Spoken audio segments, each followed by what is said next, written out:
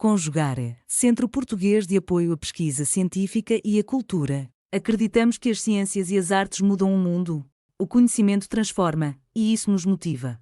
Sétimo ciclo ibero-americano de diálogos contemporâneos, com o tema História, Cultura e Interdisciplinaridade. Boa tarde, eu sou professora doutora Arlete Assunção Monteiro, titular na Pontifícia Universidade Católica de São Paulo e pesquisadora do CERU, Centro de Estudos Rurais e Urbanos. A minha apresentação hoje vai ser sobre o Instituto de Educação Caetano de Campos. Eu vou ter como auxílio aqui uns slides, né? Então, em primeiro lugar, eu queria agradecer também a aceitação da minha proposta nesse 7º ciclo ibero-americano de diálogos contemporâneos. A escola que eu estou fazendo essa apresentação hoje, eu queria fazer um pequeno enfoque, que na realidade é uma homenagem à professora doutora Marisaura Pereira de Queiroz, que foi aluna dessa escola e foi a fundadora do CERU, Centro de Estudos Rurais e Urbanos, da Universidade de São Paulo, quando ela era professora nessa instituição. Grande socióloga, a primeira mulher socióloga brasileira e que fez muitos intercâmbios com l'École de Hautes Études de Paris, onde, até hoje, tem o Centro de Estudos sobre o Brasil Contemporâneo. Então, vou voltar ao tempo e, na realidade, a Escola Caetano de Campos, eu estudei lá na época da minha adolescência. O Instituto de Educação Caetano de Campos era também conhecida como Escola da Praça.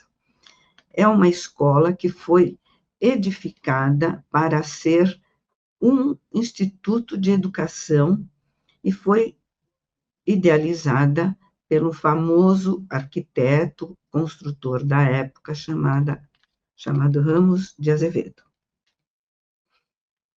A escola, hoje, não é mais assim. A escola é assim, mas o espaço, ele foi, pelo desenvolvimento da cidade, tem um gradeado para separar a escola do movimento normal da cidade.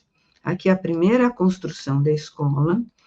Depois de uns anos, devido ao crescimento da procura para ser professoras e professores, a escola teve acrescentado mais um andar e que ficou o 2º andar da escola.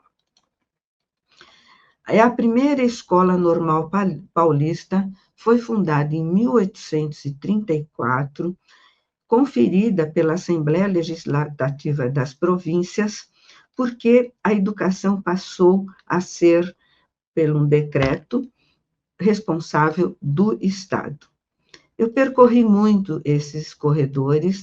Aqui nós temos um gradeado que vai à escola e uma escada que vai para cima do 1º andar, e nesse andar funcionava a estrutura administrativa da escola, laboratório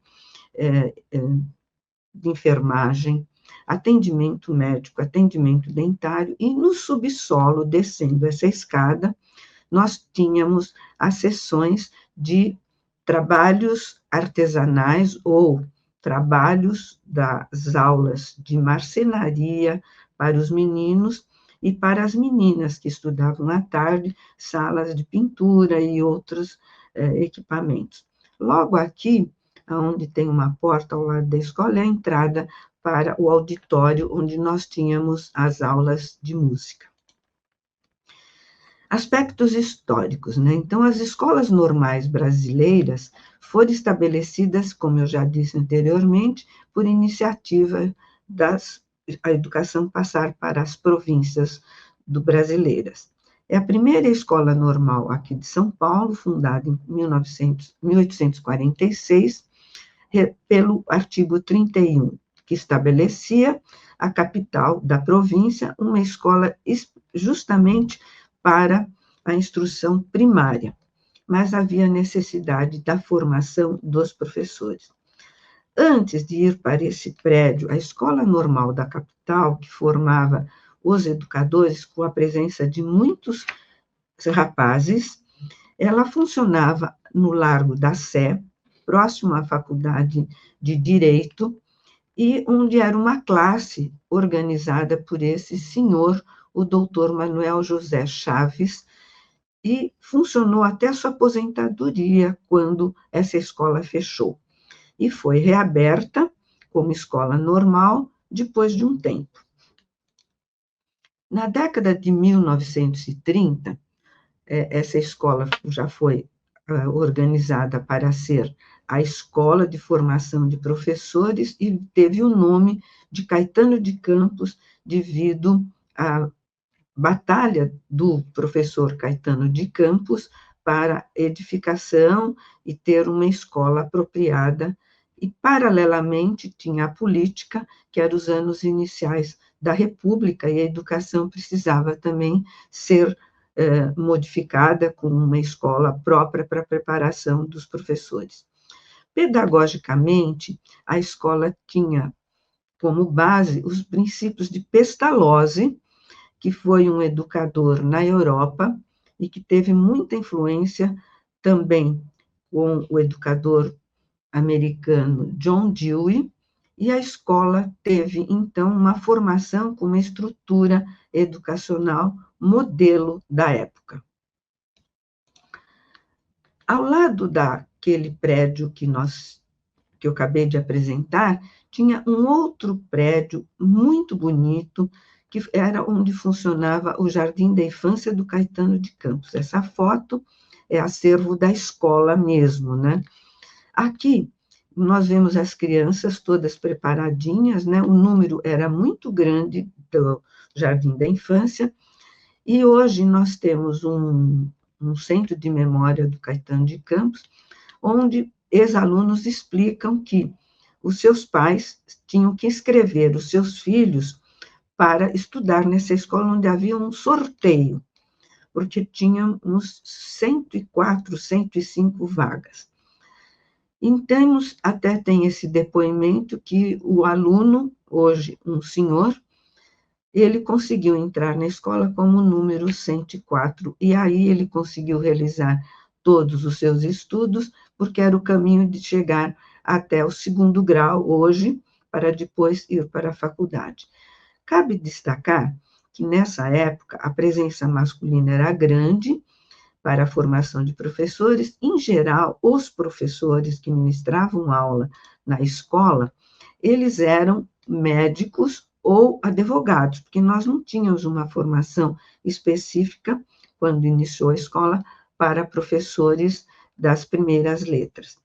A Escola Caetano de Campos, ela ficou tão famosa que, quando vinha alguma visita para visitar São Paulo, como o imperador Hirohito, era comum fazer visita à Escola Caetano de Campos, porque ficava, e o edifício ainda está lá, como um ponto de grandeza da cidade de São Paulo e a sua educação modelar.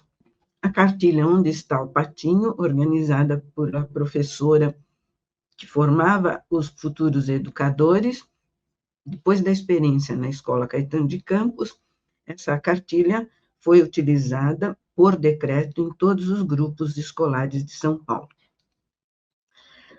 A influência da pedagogia adotada no Caetano de Campos, ela foi tão grande que outros estados brasileiros começaram a enviar seus profissionais da educação para aprender a pedagogia ministrada na Escola Caetano de Campos. Aqui, eu queria deixar claro que nós tivemos uma aluna no Caetano de Campos, chamada professora Vilma Legris, que hoje pode-se dizer que ela é uma guardiã da memória do Caetano de Campos. Vilma Legris entrou no Caetano de Campos na escola, ainda na educação infantil, que foi uma das sorteadas, né? E fez toda a sequência os graus de educação até se tornar professora. Vilma tem um acervo fotográfico muito grande, porque ela tem um blog, Memórias do Caetano de Campos, que ela começou a fazer pesquisas nos jornais de São Paulo, principalmente no jornal O Estado de São Paulo, aonde tem um acervo digital. Então, para construir essa memória do Caetano de Campos, ela voltou para a história anterior ao século XX, desde quando a escola foi fundada, né? E aí, nesse blog, ele foi crescendo muito, então tem um acervo muito grande de fotos que os ex-alunos enviam para a Vilma, que mora em Paris, porque ela casou com um senhor francês e foi morar lá, e aí, principalmente no inverno, ela resolveu fazer essa pesquisa de registrar a memória do Caetano de Campos. Esse blog cresceu muito e o acervo fotográfico existente, eu destaco aqui, essa fotografia, ela era um dia que já os alunos sabiam, eram avisados que vinha um fotógrafo tirar fotografia. Eu tenho também uma fotografia da minha classe, quando eu estava mais ou menos com 12 anos e estudava no antigo ginásio. Aqui, a pose, eu queria destacar as meias brancas, os uniformes e todos os pezinhos das crianças estão posicionados para a fotografia ideal. Aqui é a nossa colega Vilma Legris, considerada por mim como guardiã da memória do Caetano de Campos. Aqui tem o link de acesso, e a professora Vilma, depois disso, desse acervo, ela começou a ter algumas publicações sobre o Caetano de Campos, com base nos registros encontrados no jornal Estado de São Paulo, e o blog foi crescendo muito, e vários alunos e senhores continuam mandando para ela registrar no blog, e cresceu tanto que ela ficou muito conhecida para as pesquisas. Neste 7º ciclo ibero-americano de diálogos contemporâneos, eu encontrei, nas minhas indagações da temática que seria usada, eu encontrei a possibilidade de divulgar o Caetano de Campos, o blog da nossa colega, e também registrar o grande material que tem do Caetano de Campos em vários setores de pesquisa, e livros e jornais, e um acompanhamento do que os ex-alunos se tornaram. Além da minha homenagem inicial para a doutora Marisaura Pereira de Queiroz, eu queria destacar também que a sua irmã Carlota Pereira de Queiroz, uma médica, também estudou no Caetano de Campos. Então, na realidade, esta minha apresentação é uma homenagem aos ex-alunos do Caetano de Campos, que, na história do Caetano de Campos, que hoje tem um acervo de memória muito grande, a escola quase foi destruída quando, aqui em São Paulo, foi instalado a construção do metrô, e resolveram fazer uma estação de metrô bem aonde a escola estava construída. Então, eu voltando aqui um pouco, no prédio do Caetano de Campos, né? Aí, o que aconteceu? Houve um movimento dos ex-alunos, um movimento da comunidade residentes na região, e no dia que a escola ia ser destruída para ser uma estação de metrô, abraçaram a escola numa grande fila, e que não permitiu que a escola fosse destruída. Então, o antigo Caetano de Campos está aí hoje para nós, e funciona a Secretaria da Educação, um setor da Secretaria da Educação. Cabe destacar que ela não pôde mais voltar a ser escola, porque o metrô passa subsolo do terreno da escola, e devido ao perigo de desabamento da escola com crianças, se estivessem funcionando como um local de alunos, e haveria o problema da escola desabar, porque ficou muito próximo os trilhos do metrô embaixo da escola. Eu agradeço a todos que me ouviram e estou aqui à disposição para maiores comentários. Muito obrigada. Realização Conjugare, Centro Português de Apoio à Pesquisa Científica e à Cultura. NUPAN, Núcleo de Património, Arquitetura e Memória Fluminense. Programa de Pós-Graduação em Património, Cultura e Sociedade da Universidade Federal Rural do Rio de Janeiro. Apoio Editora Cravo e Universidade Federal Rural do Rio de Janeiro. Inscreva-se no canal, comente, curta e compartilhe. Obrigado por assistir.